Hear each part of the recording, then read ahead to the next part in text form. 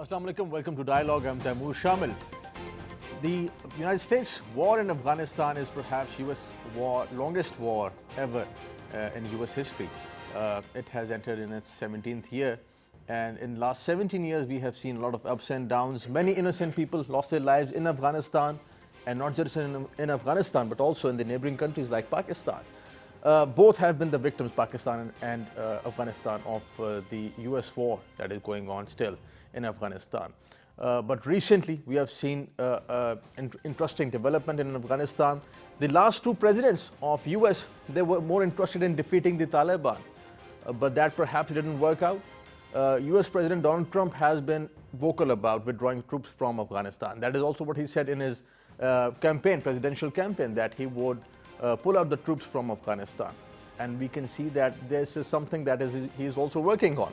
Recently, President Donald Trump, he said that in a tweet that he would be withdrawing troops from Afghanistan, and the US military now is working on a frame, on a mechanism how to pull out the troops.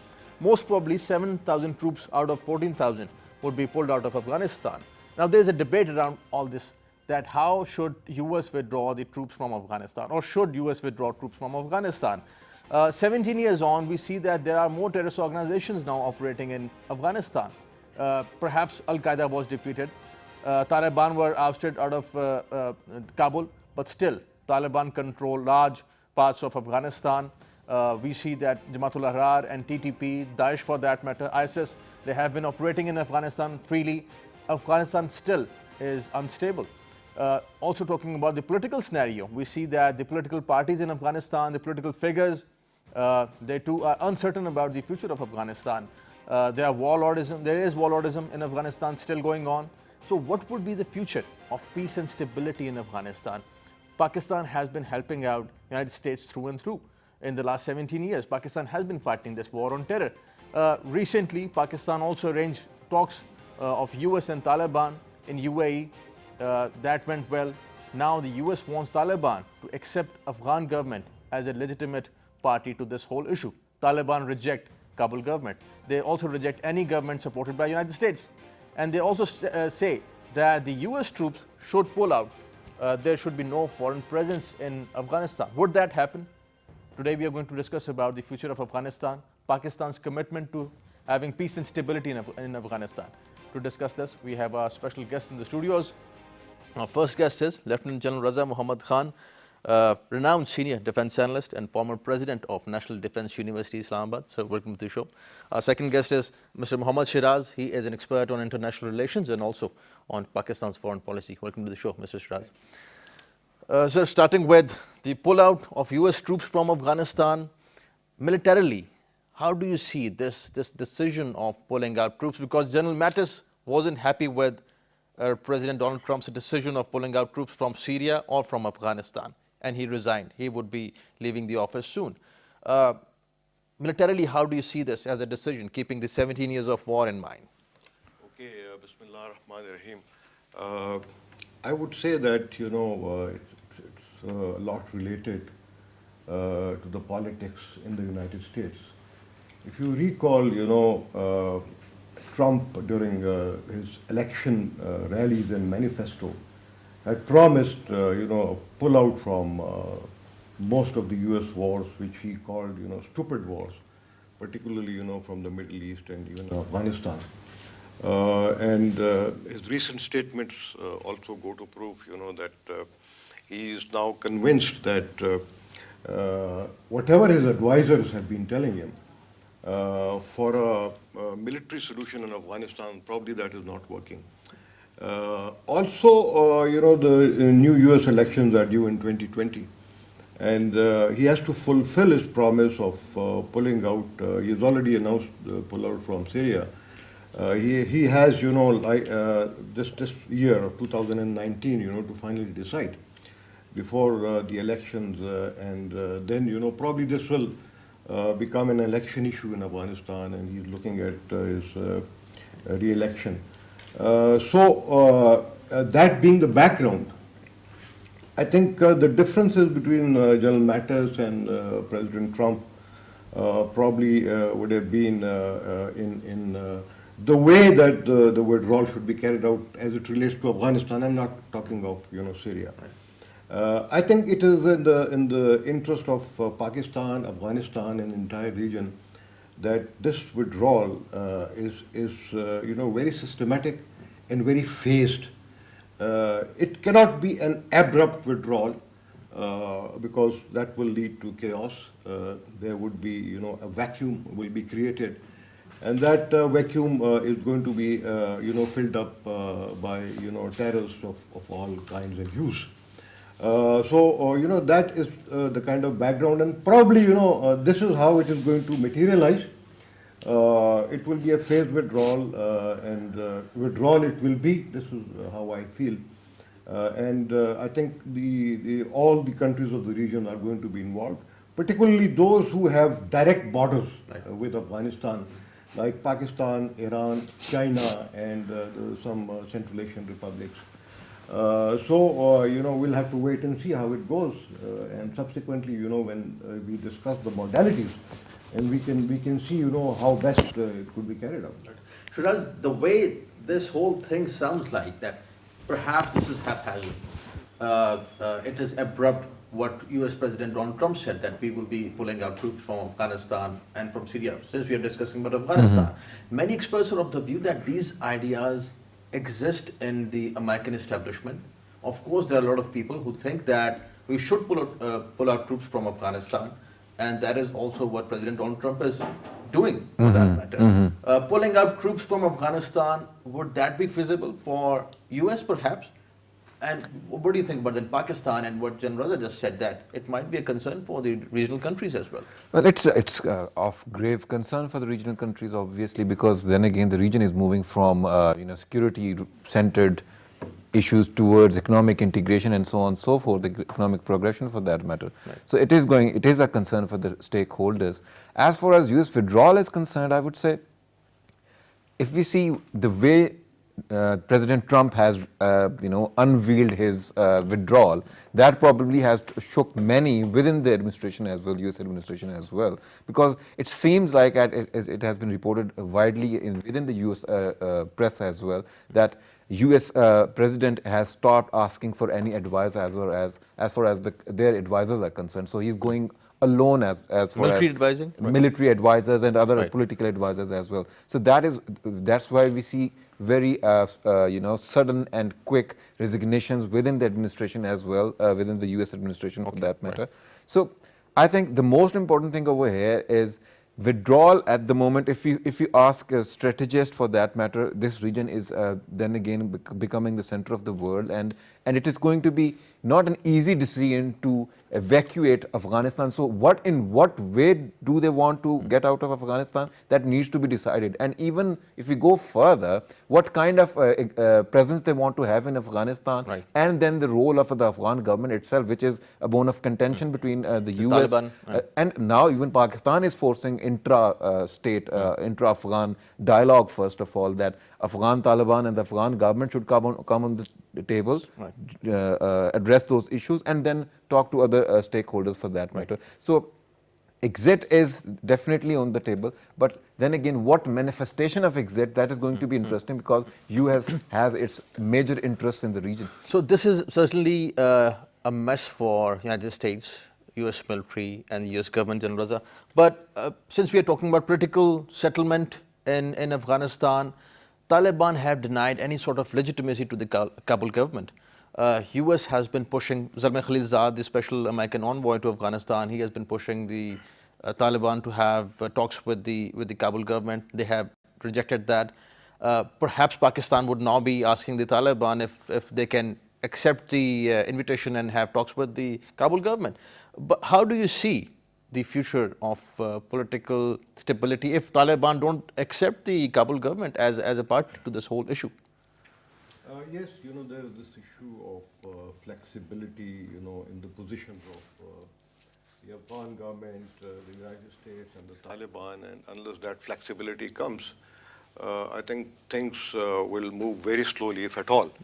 But more important is a roadmap for this entire process, which seems to be missing. And the second thing that seems to be missing is the guarantees. So sorry to cut you, we have to take a break and then we'll be right back. Okay. We'll take a break and we'll be right back discussing Afghanistan. Stay with us.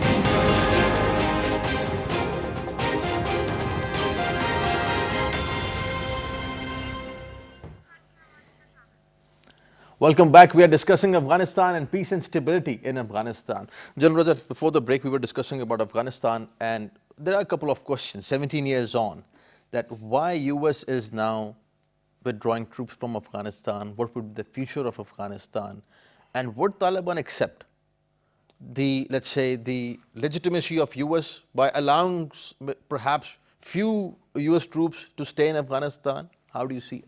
You know, the question of why is very simple to me. I think there are political reasons, and there are financial reasons, and there are reasons of casualties. Okay, this is becoming, all three are becoming unsustainable for the United States. You know, it's a combination of all these reasons that they've decided to withdraw. And this withdrawal is now becoming bipartisan in the United States. And let me quote, you know, this senator Senator Elizabeth Warren. She's a Democrat, and she's going to be the candidate from the Democratic side in the 2020 elections. And even she has supported, you know, the withdrawal of the U.S. troops from Afghanistan. So I think it's across the board kind of an agreement now. Even in the latest poll in the United States, the people who supported, you know, staying the course in Afghanistan, which is the military course, is I think less than 30%. It's gradually going down. So the people of the United States, they do not want, you know, that we should continue there. But coming back, you know, to the two previous things that I was talking about, the modalities, the mechanics, and the guarantees. You see, they are important, and nobody, unfortunately, is talking about that. I'd like to very briefly talk about them. First of all, you see, if I were to make a roadmap, it would comprise, first of all, announcement of an interim government in let's say, by July. And we are aware that, you know, the presidential elections have already been postponed in Afghanistan. But if the same government continues, I think the warring factions, and particularly the Taliban, they will not accept, you know, them. So probably they should look for some kind of a change of regime and an interim government. That interim government should then bring in a provisional constitution, because the present Afghan constitution is not acceptable to the warring factions. So followed by, you know, I'm talking of an interim government who conducts, you know, elections, and then that interim government, you know, revises the constitution of Afghanistan, and then, you know, the final, you know, the new government comes into power. This process, let's say if it starts in earnest from, you know, June or July next year, would go up to the end of this year. Yes, end of this year. And then, you know, it can dovetail with the presidential elections in the United States. And coming to the question of guarantees on all this, who is going to do that? If the United States pulls out all of a sudden, you know, and the Taliban, this is one of the demands of the Taliban, that, you know, they should pull out. They will not do it abruptly. They will do it in phases. So, all right, who comes, you know, in their place? Right. I think it should be the United Nations who should come in a big way. They should be United Nations peacekeepers, United Nations peace enforcers, and UN observers, all three. There could be people from the OIC. Turkey could be there. Turkey is part of NATO. You know that, you know, the Turkish defense minister was here, I think about 2 weeks back. And so Turkey, being a Muslim country and also being part of NATO, could be one of the guarantors who may be acceptable both, you know, to the Afghan government, to the Taliban, and to NATO, ISAF, and the rest of the world. Right. So these are the people, and of course, I would say some of the regional countries who have borders with Afghanistan. I'm talking about Pakistan, China, Iran, and some of the Central Asian republics, minus India. India does not have borders with Afghanistan. It may say, you know, whatever it wants to say, but because it is not neighboring Afghanistan. So therefore, I think India should not be part of this equation of bringing in the stability. It can support in other ways, you know, monetarily or in other ways. And finally, the last point that I'd like to make is, you know, the issue of supporting the economy and the Afghan armed forces after the withdrawal of US and NATO. Because right now the United States is spending $45 billion in all in Afghanistan, bulk of which goes to the Afghan armed forces. So all of a sudden, if they go, who is going to, you know, do this? In my view, this can be done either by the affluent Middle Eastern countries, and I think some of them are already involved. It could be done by the Chinese, and the Chinese could do it, you know, let's say by making Afghanistan as part of the CPEC. So, you know, all these are issues which must be debated and discussed, and plan needs to be worked out. These are very interesting, certainly, points, and there are a lot of questions, by the way, Mr. Sheraz, that would US cede space to China or other countries and take charge of what is happening in Afghanistan? But what General Raza just said, that Taliban, they took part in the Moscow peace talks. All the countries, almost all of them, they were there in those peace talks.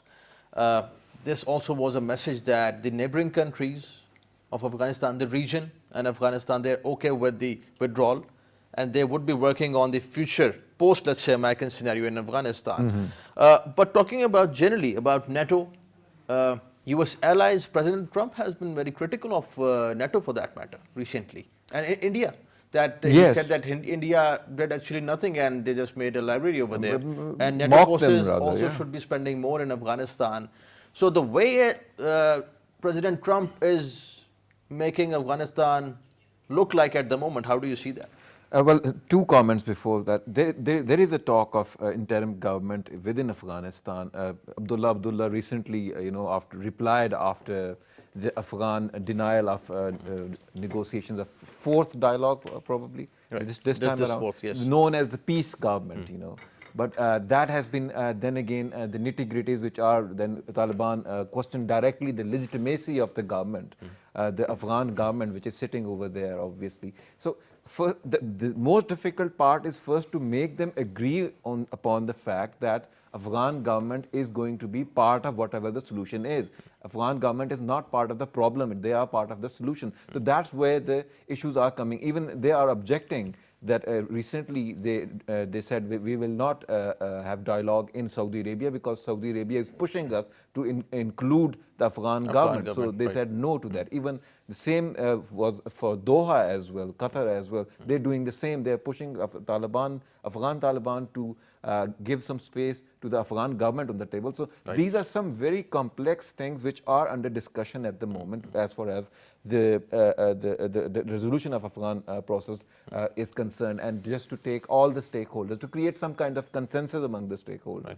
As far as the US at the moment under Trump is definitely that was also a reason for the recent resignation, that it's making its allies insecure, that without any consultation, without asking any questions, it is just completely letting its own ideas, its own thoughts on very important issues where they joined hands to get into. Now when time comes to get out of that problem, it's like it's dumping everybody, US dumping everybody, US is dumping NATO, US is dumping India for that matter. So I think that is something which is putting some kind of insecurity among the allies for that matter. Even India earlier on, when asked to put boots on ground, clearly denied the fact. So I would, yes, India probably might not have as important a stakeholder as Pakistan is, definitely. But under the circumstances, I think it's going to be a regional effort. When it comes to the region, I think SCO can play a very important role in that regard. From there on, we can take the task to, reconstruction. But interestingly, China does not want to get into any sort of conflict anyway. And China just wants to be out of any conflict. General Raza, coming into Afghanistan perhaps would not be China's cup of tea, because even their strategy is different, improving economy and going unnoticed and do whatever you want to do, and the US is here in this quagmire, let's say Afghanistan. So do you think that China, let's say, or other big countries would take interest in Afghanistan? You know, China is fully involved, you know, to help and assist, I think, the United States in exiting Afghanistan in a proper manner, you know, so that stability is ensured there. Chinese troops will never come there. I mean, that is granted. But because China, you know, is a neighbor of Afghanistan, and therefore, you know, the area of the Wakhan sector and all that, you know, that is an area, the northeast of China, you know, where the CPEC is passing very closely. That is an area of interest and concern to the Chinese, and therefore they are more concerned about stability in that area.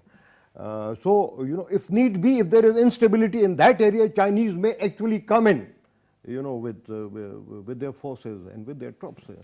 But essentially, it will be financial, it will be political. As I said, you know, if let's say if the United States leaves $45 billion a year, we know this is going to be the cost of you know, running the government of Afghanistan and the armed forces of Afghanistan. Who is going to pay for this? Probably, you know, Chinese may be convinced to pay this bill. Probably, you know, as I said, you know, the Middle Eastern countries. Right. But, you know, I would actually draw your attention to two other very important aspects. And that is, you know, out of, you know, the many warring factions there, which is and the one national government, who should Pakistan support? There is a view, you know, that Pakistan should remain neutral. I totally disagree with that. Pakistan should never be neutral.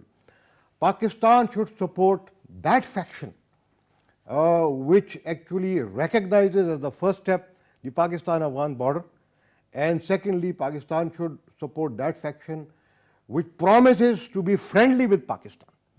You know, these are two very clear conditions. Whether they are Taliban or whether they are one alliance or the other, northern, southern, eastern alliance, it should be immaterial for us. We should be looking at the national interest of Pakistan.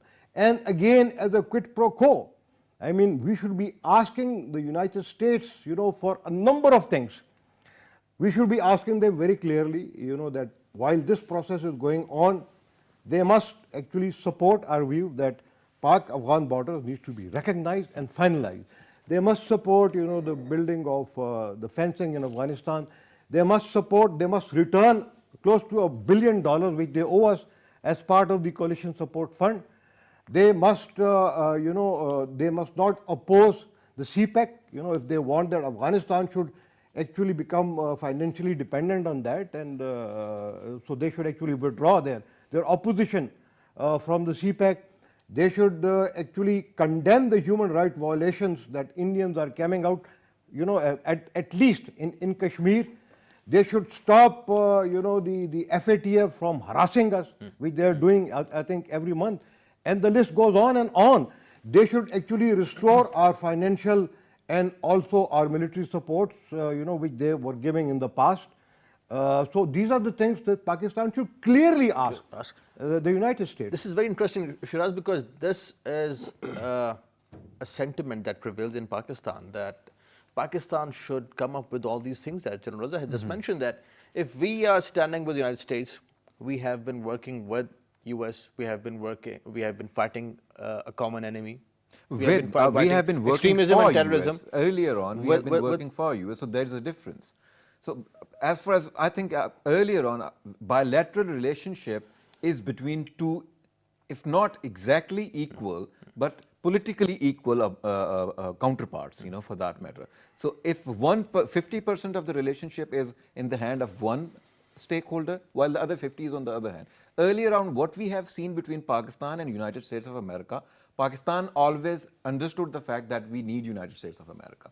But instead of using that need for our own interest, we have been being used by the United States of America. That is, we have been taken for granted over the period of time. So this time around we see, and it is very clear from the recent turn in tones as far as the US is concerned, that US will need Pakistan even after Afghanistan. So that is very clear. US does not want to lose Pakistan in the region. So it's very clear. So this time around the difference is Pakistan needs to work more in a very independent manner. We have to move towards a mutual interest, a mutual confidence, rather than working for, as the Prime Minister very clearly said, we will not be hired guns. So we don't want to be hired. Once we decide that we don't want to be hired guns, that's it. And secondly, it's important to have, then again, on multiple occasions, on multiple instances, it has been reiterated that we need to put our own house in order. So that's important, I think. So for that matter, it is important to have an institutional balance of power in Pakistan. Secondly, it is going to be of utmost importance that we give some space to our Foreign Office and hold them accountable as well. Because our Foreign Office has not been probably given that kind of space which is required for them to exercise. So we need to come up with these ideas as well. As far as what United States of America will give to us, it is what we deserve. We have to make sure that United States of America, now it has started understanding what we want. It has started acknowledging our sacrifices. It has started acknowledging that the fact that without Pakistan there is no solution, there is no way forward. We have made them, recognize these things through the fact that we have counterbalanced them through China, for that matter. But we should not have a relationship on the cost of another relationship. We should then again redesign, renegotiate the terms of engagement with the United States of America, and it is an opportunity for Pakistan to do that. Right. So I think we need to renegotiate this engagement with the United States of America and come up with something which is more mutual. We understand that the United States of America is a global power, but we have to understand the fact that in the 21st century, unilateralism is going, and I don't see it in the upcoming decades or centuries that there's going to be unilateralism. The world is changing. The world of politics is changing. Probably there's going to be a new world order of a new form, not radically, changing the existing world order for that matter. So what are the options for Pakistan? General Raza, we were discussing about this. Rightly said, but Mr. Sheraz just said, while we cooperate with the United States, regarding Afghanistan, we also have to see what has been happening in the past. Recently, we released Mullah Baradar, and we wanted US and Zalmay Khalilzad and Taliban to move forward with the peace talks in Afghanistan. But before that, the episode of Mullah Akhtar Mansoor, the news of the death of Mullah Umar, when the Murray peace talks were going on. Are you optimistic about what Pakistan is doing at the moment, going, let's say, extra mile for having peace and stability in Afghanistan and doing what we are doing for the United States? How do you see that? This is a very difficult question to answer at the moment because, in the past, whenever Pakistan acted as a facilitator, then it was both the United States as well as the Afghan government who came and, they actually did something because of which Pakistan was badly embarrassed and lost, whatever confidence or trust they enjoyed with the Taliban. So, Pakistan has to be very cautious and careful in this regard, and one will have to see, how it is done. Right now, Pakistan is not directly talking to the Taliban, and I don't know what kind of influence Pakistan has. Whatever it has, it is just trying to facilitate, a dialogue between the United States and the Taliban, and of course it is an indirect talk. Influential people over there, right? Sometimes in UAE, sometimes in Qatar, and one wonders, if let's say 60% of Afghanistan is in control of the Taliban, and 40% is in control of the present Afghan government. Why can't this discussion, this dialogue be held inside Afghanistan? Why are we going out from Afghanistan? I mean, I'm amazed at that. But anyway, we can leave that aside. I think a point was made of our foreign office being the lead sort of an agency. I totally agree with that. But I think if the hint was the foreign office, not being given the kind of leeway by other state institutions, I think that may not be correct. The Foreign Office is and will always be the lead organization, in the conduct of all these matters, and you are seeing that happening on the ground, and I think that is the right way how these talks should proceed. the treatment that is being meted out to Pakistan by the United States, whether we deserved it or not, I don't know.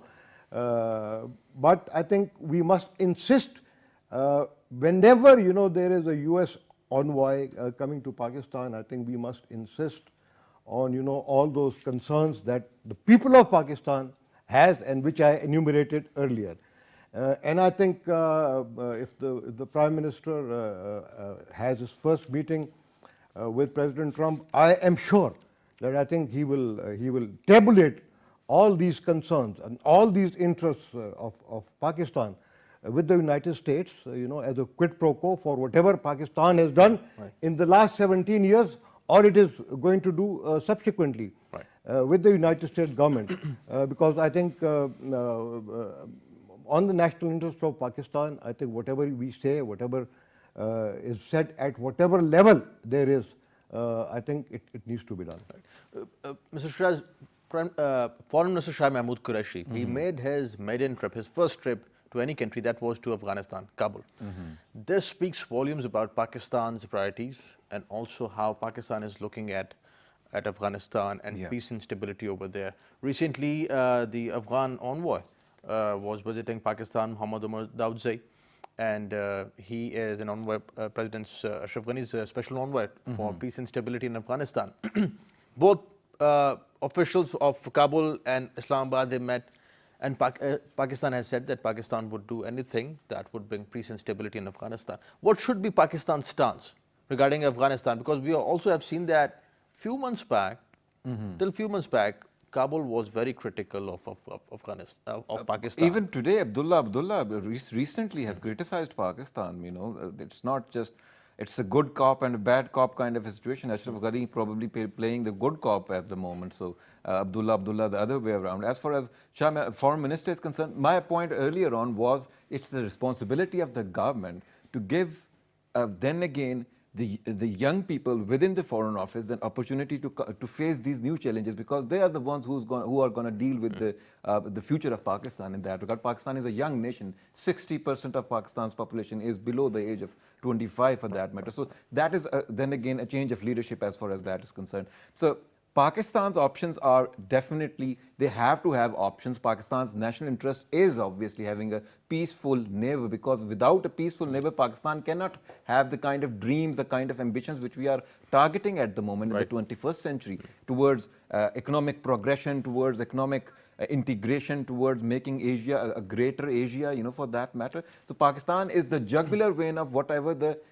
ambitions are there for the stakeholders, the great powers in the region for that matter. If China is the balancer, Pakistan is the jugular vein of that whole region for that, in that case. So Pakistan definitely has a central role in everything when it comes to Afghanistan and when it comes to this region. That's why I earlier mentioned it is going to be difficult, it is going to be impossible for United States of America to isolate Pakistan. So they have tried the hard way and they failed badly. And there is a realization. It's not just, if they did not need us, they might have just left us just the way they left us after the first Afghan war. They need us even after Afghanistan. That's my emphasis. Even after Afghanistan, United States of America is eyeing on Pakistan as an ally. So that is going to be important. That needs to be kept in the minds of the policymakers as well. So we have to take this in the back of our minds and then renegotiate with the United States of America. As far as Afghanistan is concerned, I think every stakeholder will be needed and required, because UN, will Taliban agree to the UN forces, peacekeepers in Afghanistan?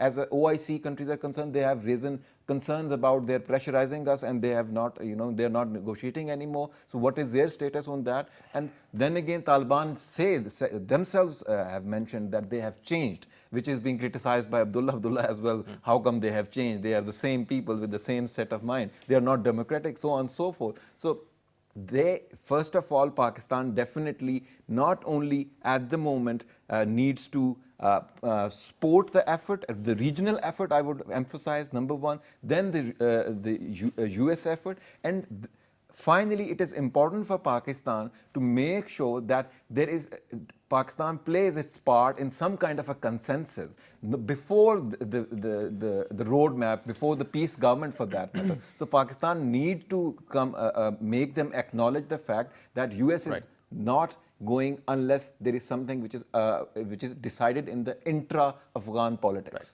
A few days back, General Raza, DG ISPR said something very interesting. He said that Pakistan would want US to leave Afghanistan, the region, as a friend and not as a failure.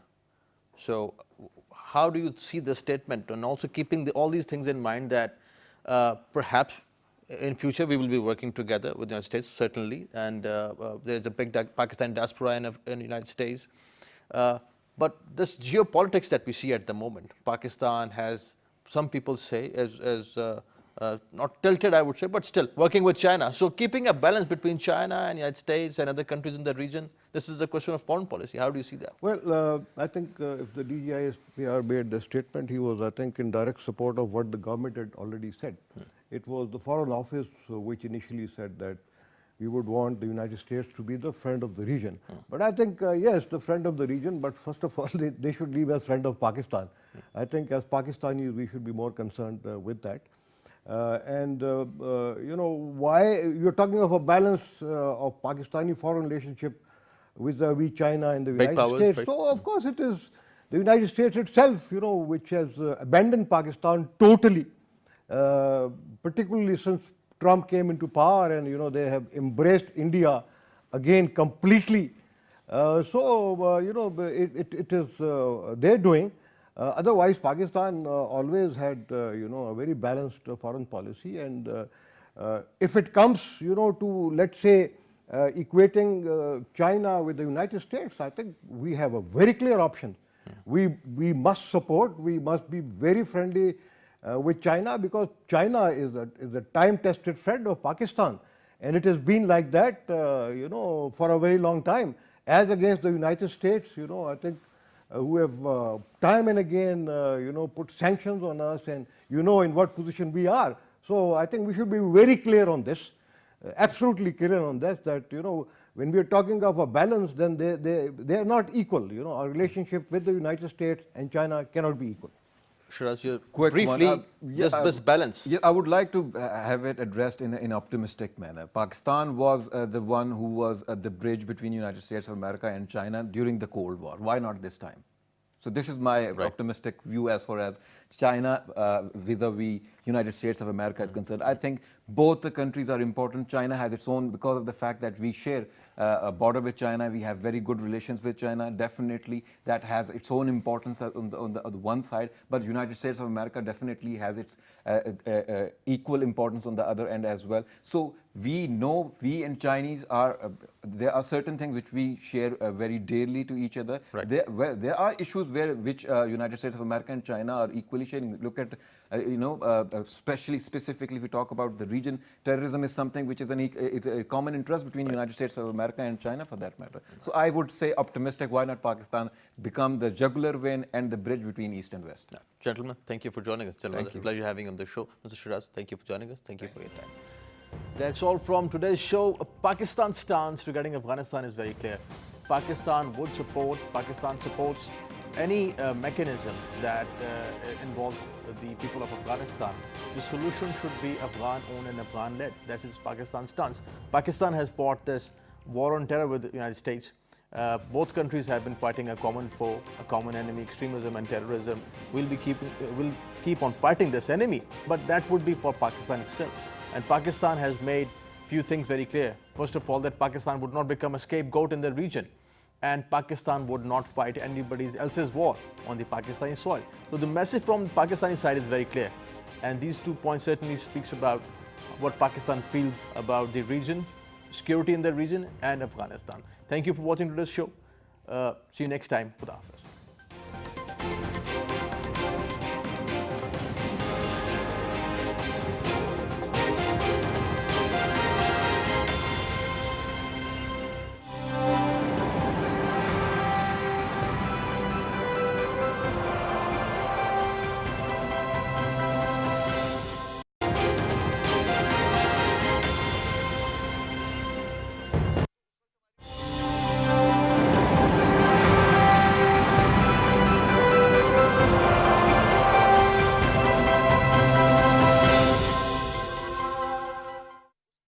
Of the people And they put the pressure, everything that you can imagine. Everything that you can imagine.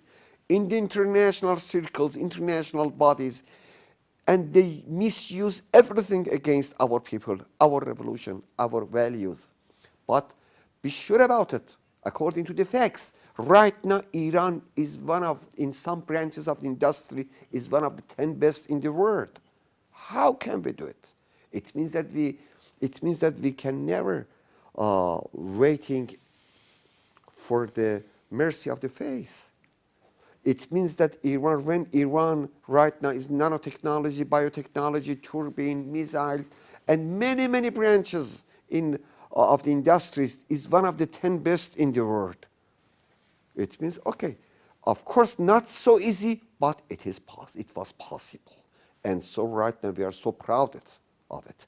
And it is great test of the United States that how can they can respond to the people and the public opinion in the world. One by one they work out, not only the JCPOA, in some international agreement also. And who knows what will be the next. How do you see Pakistan's stance on this nuclear deal? And how do you see the future of Pakistan-Iran relations after this?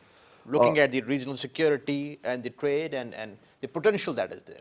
I'm sure that the people or the esteemed government of the Pakistan, as they said, they very clear stance regarding to the JCPOA, that we are stand along with the Iran as our cohesive partner and cohesive friend during the life, past history, and in the hard time life. And so I'm so optimistic about the future because, my brother, Iran and Pakistan, they have no choice but to come together. Because Iran, if we have a great potential, for example, in the gas, in everything, in oil, in know-how, in technology, okay, we need to partners. Who better than Pakistan for us? And so with this great potential that we are ready to give to our brothers here, and this good market in the both sides as a complementary economy of the two countries, and also the Pakistanis, they can use these opportunities in Iran, these facilities that A to Z, they are open to Pakistan. And so the horizon of the future is so clear. And not only in the bilateral trade and business and relation, but also in international views and regional cooperation. We are so close to each other. And in this regard, I can say hello to future for the two countries. Ambassador Honodos, pleasure having you on the show. Thank you for joining us. Thank you for your time. All the best. Thank you so much for inviting me to your program. Pleasure. That's all from today's show on Pakistan-Iran relations. Today was our exclusive dialogue with Iran's ambassador to Pakistan, His Excellency Ambassador Honodos. That's all from today's show. See you next time. Khuda Hafiz.